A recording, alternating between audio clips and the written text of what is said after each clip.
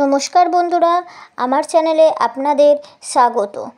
আজকের 23শে মে 2025, বাংলা 8ই জ্যৈষ্ঠ, শুক্রবার। আজকের দিনে পালিত হচ্ছে জ্যৈষ্ঠ মাসের কৃষ্ণপক্ষের অপরা একাদশী ব্রত।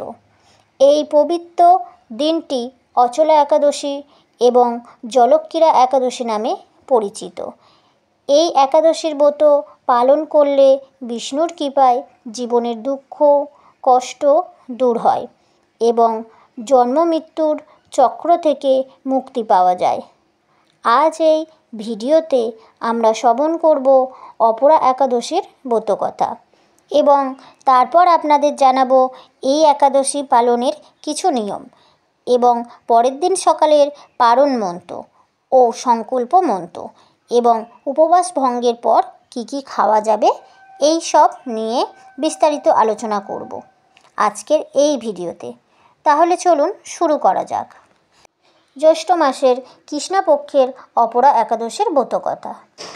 মহারাজ যুধিষ্ঠির শ্রীকৃষ্ণকে বললেন, হে কৃষ্ণ, জ্যৈষ্ঠ মাসের কৃষ্ণপক্ষীয় একাদশীর নাম কি এবং তার মাহাত্ম্যই বা কী? আমি শুনতে ইচ্ছা করি। আপনি অনুগ্রহ করে তা বর্ণনা করুন। শ্রীকৃষ্ণ বললেন, হে মহারাজ, মানুষের জন্য আপনি খুব ভালো প্রশ্ন করেছেন। বহু পুণ্য প্রদানকারী ব্যক্তি জগতে প্রসিদ্ধি লাভ করে। ব্রহ্ম হত্যা, গো হত্যা, ভ্রূণ হত্যা, পরনিন্দা, পরস্ত্রী গমন, মিথ্যা ভাষণ প্রভৃতি গুরুতর পাপ এই ব্রত পালনে নষ্ট হয়ে যায়। যারা মিথ্যা সাক্ষ্য দান করে, ওজনের বিষয়ে ছলনা করে, শাস্ত্রের মিথ্যা ব্যাখ্যা প্রদান করে, জ্যোতিষের মিথ্যা গণনা ও মিথ্যা চিকিৎসার রত থাকে, তারা সকলেই নরক যাতনা ভোগ করে। এই সমস্ত ব্যক্তিও যদি এই ব্রত পালন করে তবে তারা সমস্ত পাপ থেকে মুক্ত হয়। ক্ষত্রিয় যদি স্বধর্ম ত্যাগ করে যুদ্ধক্ষেত্র থেকে পালিয়ে যায় তবে সে ঘোরতর নরকগামী হয়। কিন্তু সেও এই ব্রত পালনের মুক্ত হয়ে স্বর্গগতি লাভ করে। মকর রাশিতে সূর্য অবস্থানকালে মাঘ মাসে প্রয়াগস্নানে যে ফল লাভ হয়, শিবরাত্রিতে কাশীধামে উপবাস করলে যে পুণ্য লাভ হয়, গয়াধামে বিষ্ণু পদপদ্মে পিণ্ডদানে যে ফল পাওয়া যায়, সিংহ রাশিতে বৃহস্পতির অবস্থানে গৌতমী নদীতে স্নানে, কুম্ভে, কেদারনাথে দর্শনে, বদ্রিকাশ্রমে যাত্রায়, বদ্রীনারায়ণ সেবায়, সূর্যগ্রহণে, কুরুক্ষেত্রের স্থানে, হাতি ঘোড়া স্বর্ণদানে এবং দক্ষিণা সহযজ্ঞে সম্পাদনে ফল লাভ হয়ে থাকে। এই অপরা ব্রত পাপরূপ বৃক্ষের কুঠার স্বরূপ, পাপরূপ কষ্টের দাবাগ্নির মতো, পাপর অন্ধকারের সূর্য সদৃশ্য এবং পাপ হস্তির সিংহ স্বরূপ। এই ব্রত পালন করে যে ব্যক্তি জীবন ধারণ করে, জলে বুদবুদের মতো তাদের জন্ম মৃত্যু কেবল সার হয়। অপরা একাদশীতে উপবাস করে বিষ্ণু পূজা করলে সর্বপাপ মুক্ত হয়ে বিষ্ণুলোকে গতি হয়। এই ব্রত কথা পাঠ ও শ্রবণ করলে সহস্র গোদানের ফল লাভ। ব্রহ্মাণ্ড পুরাণে এই ব্রতর মাহাত্ম্য বর্ণনা করা হয়েছে। শ্রোতা বন্ধুরা, এবার আমরা জেনে নেব আজকের দিনে যারা একাদশীর ব্রত রেখেছেন তারা আগামীকাল পারণ ক্রিয়া কীভাবে সম্পূর্ণ করবেন। পারণ সম্পূর্ণ করতে হবে আগামীকাল 24শে মে 9ই জ্যৈষ্ঠ শনিবার ভোর 5:26 থেকে 8:11 মধ্যে। এবারে আমরা জেনে নেব একাদশী এবং পরের দিনের পারণ ক্রিয়া। বাড়িতে কিভাবে সম্পূর্ণ করতে পারি।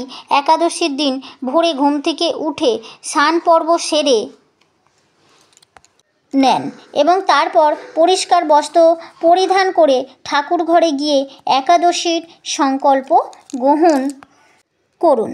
মনে মনে ভগবানের সামনে বলুন, হে ব্রহ্মাণ্ডী কাক্ষ আমি একাদশীর উপবাস থেকে পরের দিন আহার সম্পূর্ণ করব। আমি যাতে এই একাদশী শ্রদ্ধার সঙ্গে সম্পূর্ণ করতে পারি তার জন্য আপনি আমার সহায় থাকবেন। সংকল্প মন্ত্র এভাবে উচ্চারণ করতে হবে। একাদশম নিশাহার হিস্তা অহম অপহরে হনে ব্রহ্মমে পুণ্ডরীকক্ষ স্বরং মেয়ে ভাবাচুতে আমাদের শাস্ত্রের বিধান ব্রহ্মাম্মে পুণ্ডরীকক্ষ স্বরং মেয়ে ভাবাচ্যুতে আমাদের শাস্ত্রের বিধান অনুযায়ী দশমীতে একবার আহার একাদশীর নিরাহার থাকতে হবে। অসমর্থন হলে শুধুমাত্র একাদশীতে নিরাহার থাকতে হবে এবং তাতেও অসমর্থন হলে ফলমূল খেয়ে ব্রত পালন করতে হবে। এবারে জেনে নেব পারণ মন্ত্র। পারণের জন্য পঞ্চম বিশস্য দিয়ে ভগবানকে ভোগ নিবেদন করে 3 বার ভক্তি সহকারে এই পারণ মন্ত্রটি উচ্চারণ করুন। পারণ না করলে একাদশীর পূর্ণ ফল লাভ করা যায় না। ওম অজ্ঞান তিমিরস্য বতে নেন কেশব প্রসিদ সুমুখনাথ জ্ঞান দৃষ্টি প্রদাভব, অর্থাৎ হে কেশব, আমি অজ্ঞানরূপ অন্ধকারে নিমজ্জিত আছি। হে প্রভু, এই ব্রত দ্বারা আমার প্রতি সম্পূর্ণ হয়ে আমাকে জ্ঞান চক্ষু প্রদান করুন। প্রিয় শ্রোতা বন্ধুরা, একাদশীর দিন ভগবানের বেশি বেশি করে নাম জপ করুন, শাস্ত্র অধ্যয়ন করুন এবং ব্রত মাহাত্ম্য পাঠ ও শ্রবণ করুন। একাদশীর ব্রত মাহাত্ম্যের ভিডিওটি যদি আপনাদের ভালো লেগে থাকে তাহলে অবশ্যই আমার চ্যানেলটিকে সাবস্ক্রাইব করে সবসময়ের জন্য আমার পাশে থেকে যাবেন। নতুনত্ব ভিডিও দেখার জন্য ভিডিওটিতে একটা লাইক করুন এবং কমেন্ট অবশ্যই লিখুন। জয় শ্রীকৃষ্ণ।